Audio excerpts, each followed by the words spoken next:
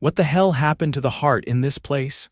Graham Oller stood in the corner of his office, arms crossed, staring at the stack of customer complaint printouts on his desk. He wasn't angry, he was disappointed. A word he hated. His assistant had dropped the stack that morning, saying, "You might want to look at store 12. The complaints weren't alarming on their own. A rude host, a messy buffet counter, a long wait for clean plates, but it was the pattern that got to him. Something felt off. Graham hadn't built the buffet chain from scratch. He bought it 7 years ago when it was on the brink of bankruptcy. 20 stores now, with hundreds of employees. He'd spent the first few years rebuilding the brand, new interiors, better food sourcing, better pay. But lately, he'd been buried in boardrooms, contracts, and expansion plans. He hadn't stepped into a single location in over a year. Corporate doesn't mean disconnected, he told himself, so he put on the disguise. It wasn't half-baked.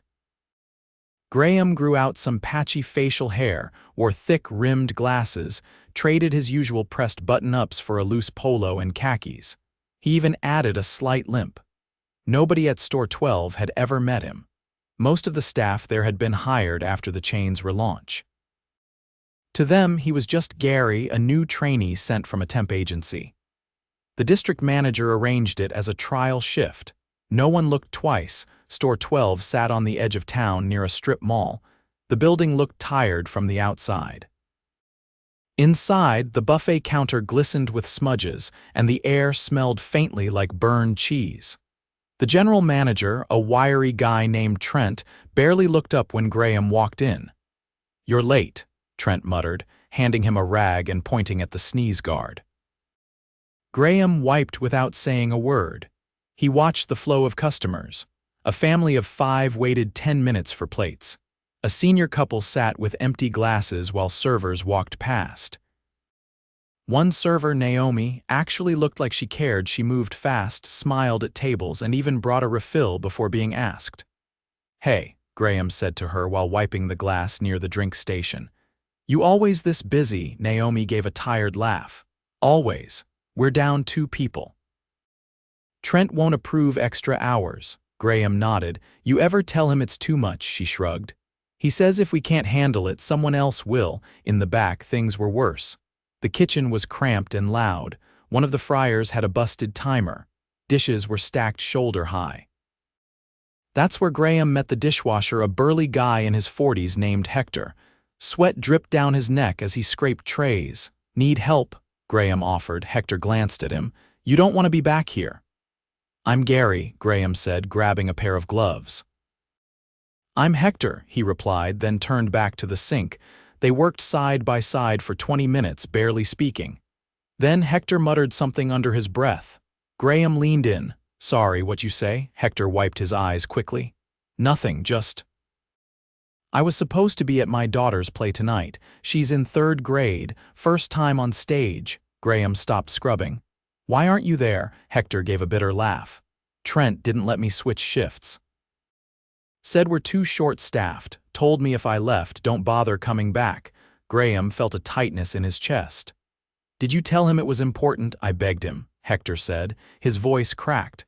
"She was playing the moon. She drew me a picture of it last night. Told me to sit in the front row." He turned away, shoulders shaking. Graham said nothing. Just stood there, gloves dripping. That night, Graham sat in his car for a long time. His hands were still raw from scrubbing dishes. He looked at the drawing Hector had quietly pulled from his wallet, crayon stars, a big smiling moon and a stick figure labeled Daddy. Graham stared at it, heart pounding. Tomorrow he'd be back. Not as Gary, as himself. Graham arrived the next morning at exactly 9. No limp, no glasses, no khakis. Just a navy suit and an unfiltered calm that came from knowing this wasn't an act anymore. The temperature outside was already climbing, but inside Store 12, the atmosphere was colder than the walk-in freezer. Trent stood near the salad bar, tapping on his phone. He didn't look up until Graham was 5 feet away. "Can I help you?" "You can," Graham replied, voice even. "Let's go somewhere quiet." Trent's eyes narrowed, but he followed. They stepped into the cramped office near the back, where a dusty monitor showed grainy security footage and the air smelled faintly of old coffee. Graham closed the door behind them. "I'm Graham Oller," he said, "owner of this company." Trent blinked twice, then gave a short, nervous laugh.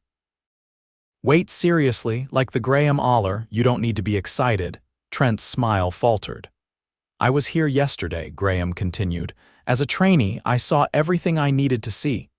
Trent opened his mouth, but Graham raised a hand. "Let's be clear, this isn't a conversation.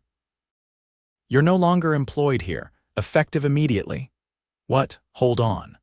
You threatened a man's job because he wanted to see his daughter perform in a school play. You denied basic shift coverage even when you had applications sitting in your inbox.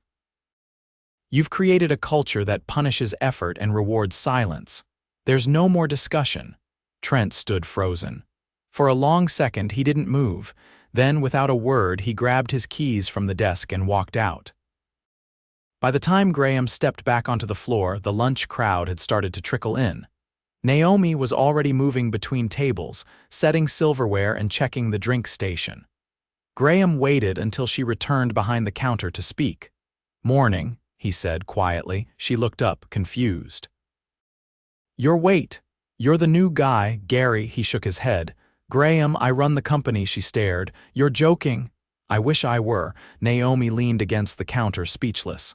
"I've just let Trent go," he said. "I want to talk to you in the office." 5 minutes. He spent those 5 minutes reviewing the store's scheduling software. The terminal was outdated, but the data was clear. Overtime hours had been cut off weeks ago. No request for extra help had been forwarded to the regional team. Applications were sitting flagged as pending with no follow-up. Naomi entered, still in her apron. "I'm not in trouble, am I?" "No, you're the only person I saw yesterday who made customers feel like someone was paying attention." She exhaled slowly. "I need someone to help stabilize this store while we restructure. You've been here how long?" 6 months. "You know the team?" "Well enough. Better than Trent did anyway." "Good. I need a temporary floor lead. You'll get a raise and I'll have an area manager doing weekly check-ins." "You'll help me understand what's broken." Naomi hesitated. "I've never run anything. I'm not asking you to run it, I'm asking you to help me fix it." She nodded slowly. "All right." Graham stood. "One more thing. Can you call Hector in here?" Hector arrived 3 minutes later, wiping his hands on his apron. He froze when he saw Graham sitting at the desk. "I knew it," he muttered. "You're not Gary, I'm Graham." Hector gave a tired chuckle. "Figured." "I owe you an apology," Graham said. "I stood there while you told me about your daughter's play. I didn't say anything. I should have." "You didn't have to." "I did. You deserved better. You still do." Hector looked away, jaw tight. "I've already let Trent go," Graham continued. "You're getting the night off, paid. I know it doesn't fix yesterday, but your daughter deserves to see you show up." "I don't want charity." "It's not charity, it's dignity." Hector nodded once, eyes damp. "And going forward," Graham added, "you're not working doubles unless you volunteer. You'll get proper coverage. We're hiring more staff and we're upgrading the dish pit.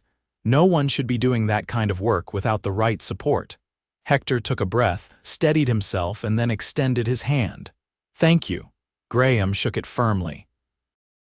After the shift, Graham sat at a corner booth with Naomi and Hector.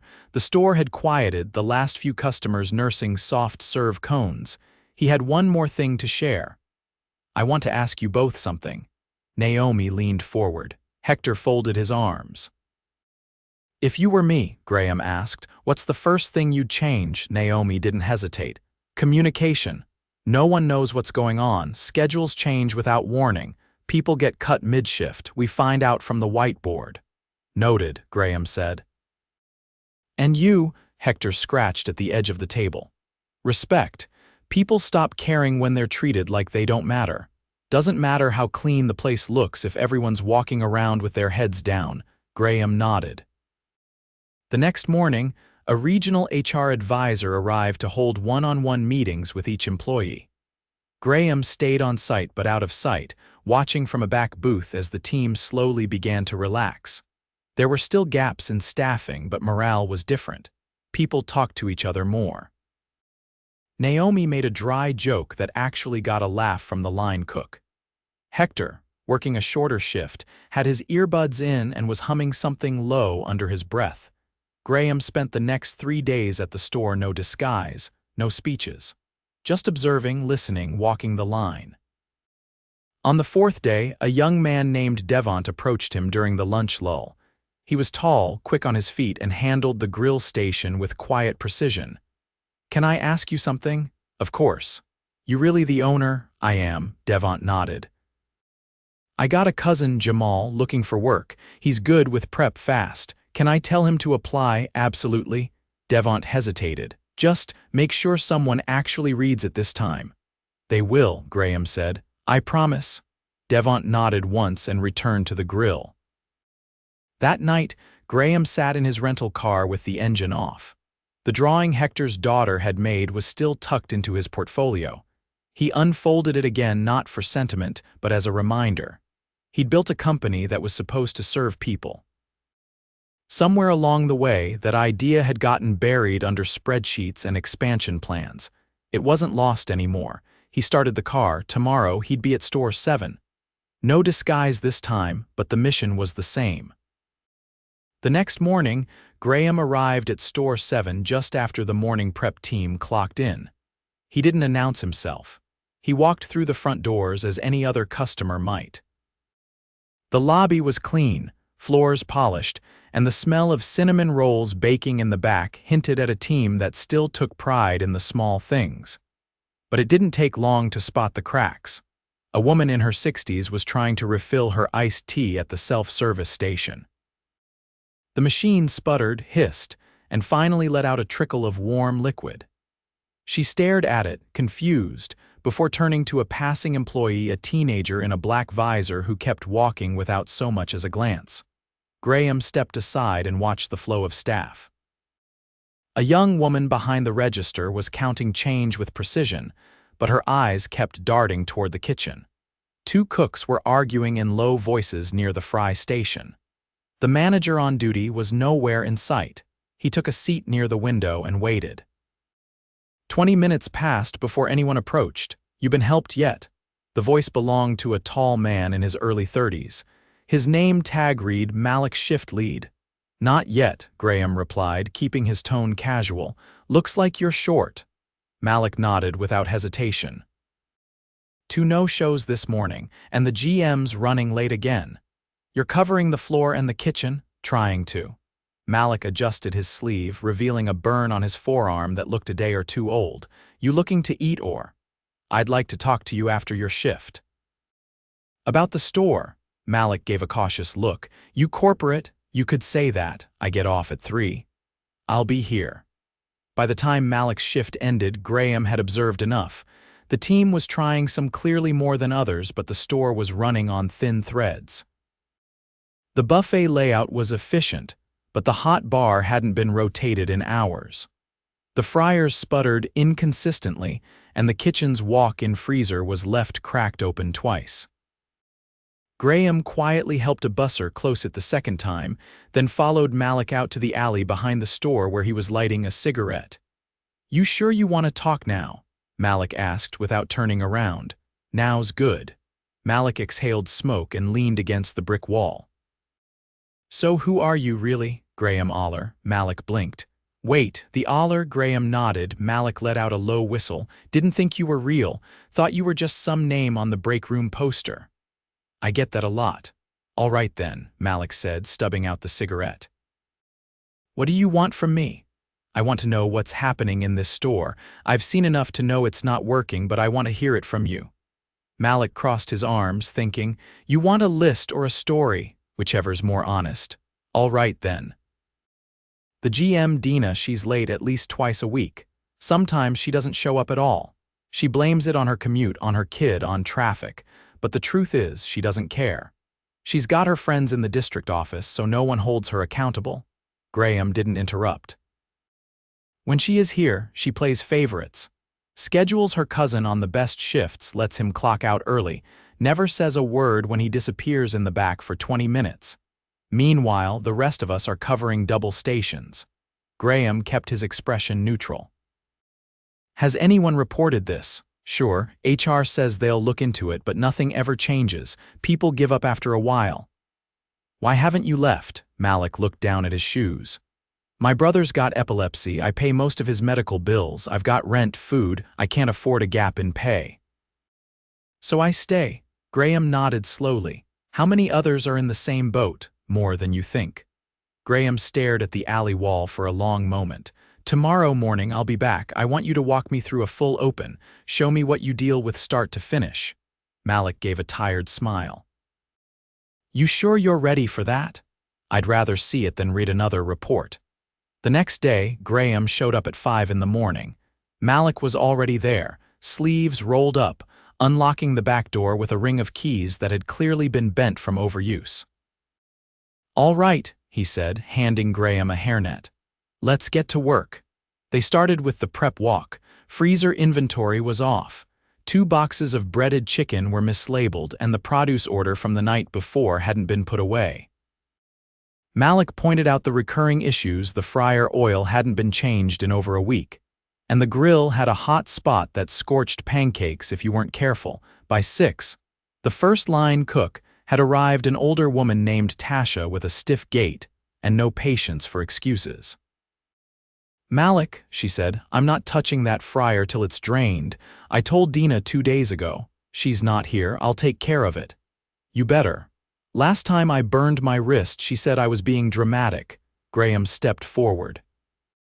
I'll get the gloves. Tasha looked at him, puzzled, but didn't argue. By 8, the team was in full swing. Malik paced between stations, correcting errors, helping with plating, and even running dishes to early guests. Graham followed quietly, taking mental notes. By 9, Dina finally arrived.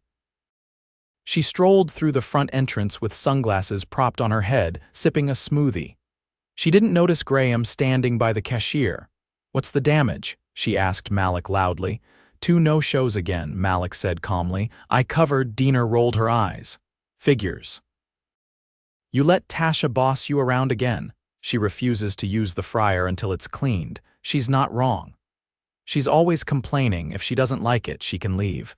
Graham stepped forward. She's not going anywhere. Dina turned, confused. Who are you? Then her face paled. Wait, I'm Graham Oller. I own this company. The smoothie cup slipped slightly in her hand. Let's talk in the office, Graham said. Now, inside, the air was tight.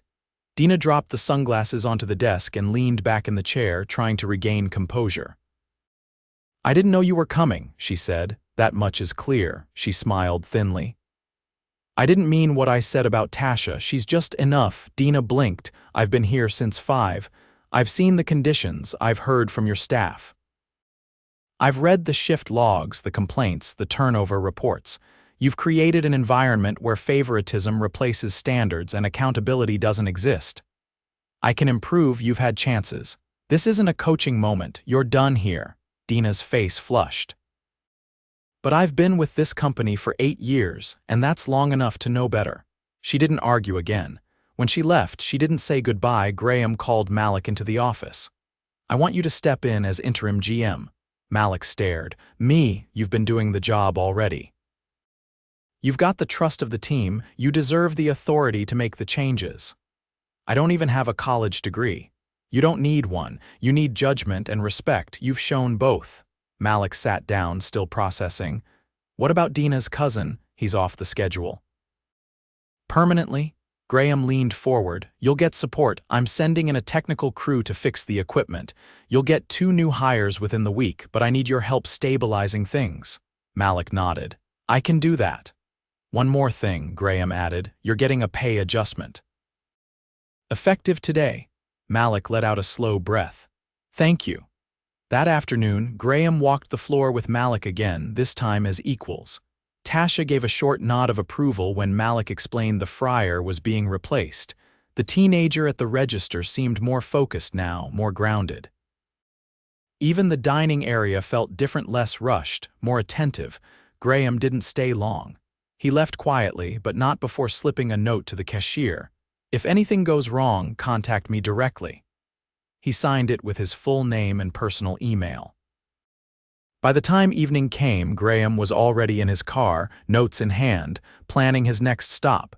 He had 16 more stores to see, but for the first time in a long while, he didn't feel like he was chasing problems. He was finally meeting them face to face. Graham didn't return to headquarters right away. Instead, he booked a small hotel room just outside city limits. No suite, no assistant, no scheduled meetings.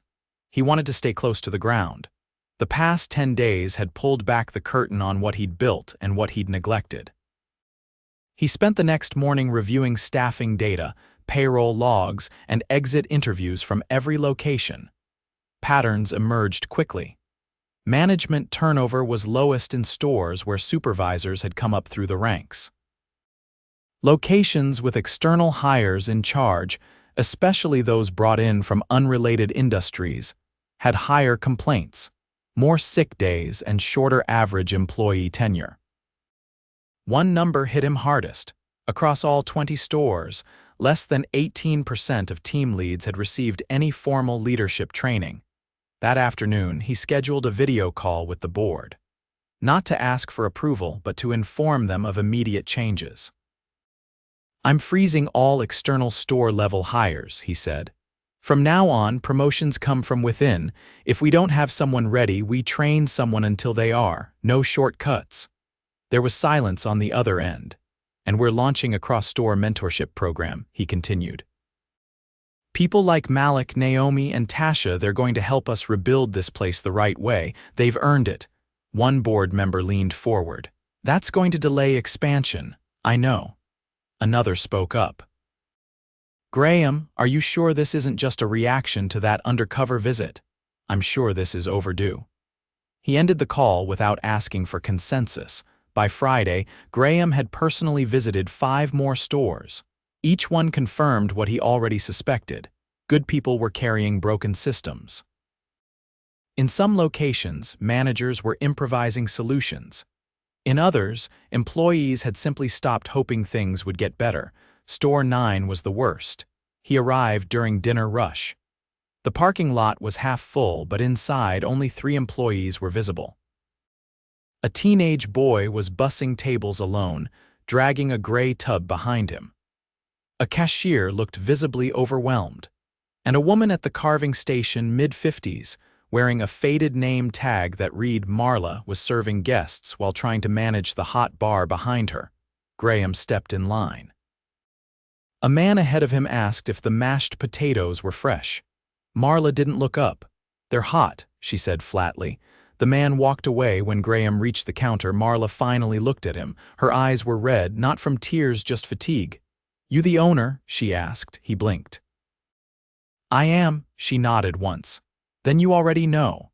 He followed her behind the line. The kitchen door swung open to reveal trays of food sitting on delivery carts unopened. The air was stale with steam and frustration. "I've been here 12 years, she said, not stopping her movements.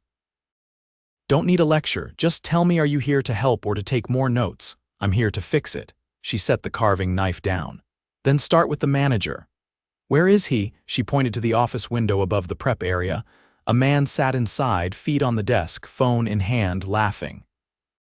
"That's the 3rd time he's been up there in the last hour," she said. "He only comes down to yell." Graham didn't wait. He climbed the back stairs and entered the office without knocking. "Hey, I'm on the phone," the man said, then looked up. "Who?" "Graham Oller." The man stiffened. "Oh.